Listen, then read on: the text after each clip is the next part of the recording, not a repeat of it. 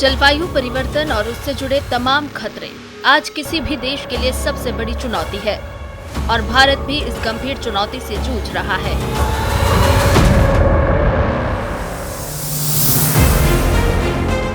ऐसे में आने वाली पीढ़ियों को जलवायु परिवर्तन से बचाने, धरती को अधिक हरा भरा बनाने और देश के बेहतर भविष्य के लिए पिछले 12 साल में मोदी सरकार ने कई क्रांतिकारी कदम उठाए।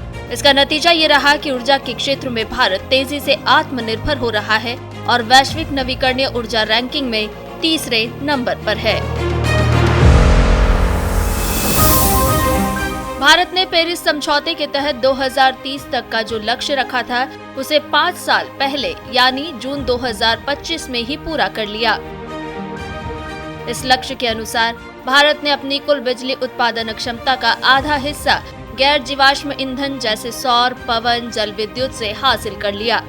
गौर करने वाली बात यह है कि देश को जितनी बिजली चाहिए उसका लगभग आधा हिस्सा अब नवीकरणीय ऊर्जा से ही पूरा हो रहा है।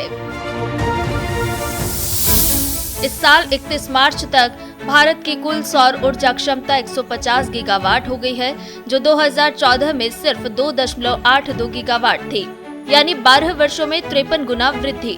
प्रधानमंत्री सूर्य घर योजना ने इसमें अहम भूमिका निभाई है। सरकार की मेहनत और योजनाओं की वजह से 2014 से अब तक नवीकरणीय ऊर्जा से बिजली बनाने की क्षमता 3.59 गुना बढ़ी है। इसके साथ ही केंद्र सरकार ने नेशनल ग्रीन हाइड्रोजन मिशन के तहत 2030 तक हर साल 5 million metric tonne green hydrogen उत्पादन का लक्ष्य तय किया है। पर्यावरण को बचाने के लिए सिर्फ सरकार की पहल और कोशिशें काफी नहीं है, बल्कि हर नागरिक को आगे बढ़कर योगदान देने की जरूरत है। इसी बात को ध्यान में रखते हुए पीएम मोदी ने 20 अक्टूबर 2022 को मिशन लाइफ अभियान की शुरुआत की, जिसमें लोगों को रोजमर्रा की आदतों में छोटे बदलाव करने के लिए प्रेरित किया जाता है, जिससे ऊर्जा की बचत और कार्बन फुटप्रिंट में कमी हो सके। प्रो प्लेनेट पीपल का सिद्धांत हमारा कमिटमेंट है।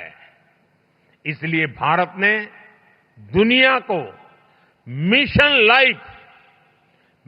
लाइफ यानी लाइफस्टाइल फॉर एनवायरनमेंट का विजन दिया है। प्राकृतिक संतुलन बनाए रखने के लिए वन्यजीव भी बेहद जरूरी हैं। पिछले 12 साल में केंद्र सरकार ने वन्यजीव संरक्षण के लिए कई उल्लेखनीय काम किए हैं। प्रोजेक्ट चीता भी इन्हीं में से एक है। ये विश्व की पहली अंतर महाद्वीपीय बड़े मांसाहारी स्थानांतरण परियोजना है, जिसका मकसद भारत में विलुप्त घोषित हो चुके चीतों को देश के जंगलों में फिर से बसाना है।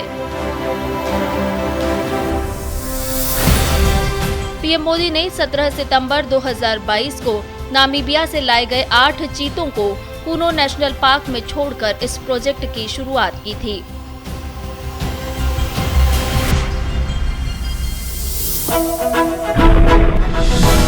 पिछले 1 दशक में प्रोजेक्ट टाइगर पर भी सरकार का फोकस रहा। 2014 में 46 बाघ अभयारण्य थे, जो 2025 तक बढ़कर 58 हो गए हैं और लगभग 85,000 वर्ग किलोमीटर क्षेत्र तक फैले हैं। यही वजह है कि 2014 में देश में बाघों की संख्या 2,226 थी, जो 2023 में बढ़कर 3,682 हो गई है। इसी के साथ भारत ने दुनिया की 70% से अधिक जंगली बाघों की आबादी का घर होने का गौरव भी हासिल किया।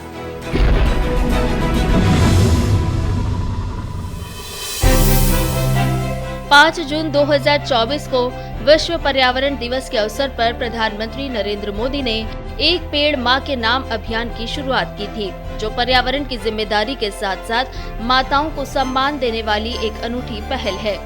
31 दिसंबर 2025 तक इस अभियान के जरिए कुल 262.4 करोड़ पौधे लगाए गए हैं। पिछले 12 सालों में उठाए गए सरकार के इन कदमों से देश की ऊर्जा शक्ति मजबूत हुई है और आने वाली पीढ़ियों के लिए एक साफ सुथरा और सुरक्षित भविष्य का रास्ता भी खुला है।